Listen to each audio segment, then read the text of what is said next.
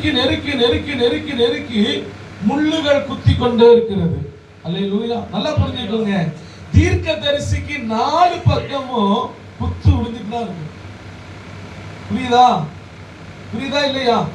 4 பக்கம். ஒரு தீர்க்கதரிசி உண்மையான தீர்க்கதரிசியா இருப்பீர்கள் என்று சொன்னால், கர்த்தரால் தெரிந்து கொள்ளப்பட்ட தீர்க்கதரிசியானால், கர்த்தருடைய வாயிலிருந்து புறப்படுகிற வார்த்தை உங்கள் வழியாகத்தான் அது வெளியில வருது என்று சொன்னால், கண்டிப்பாக உங்களுக்கு 4 சைடும் குத்து இருக்கும். அல்லேலூயா சொல்லுங்க.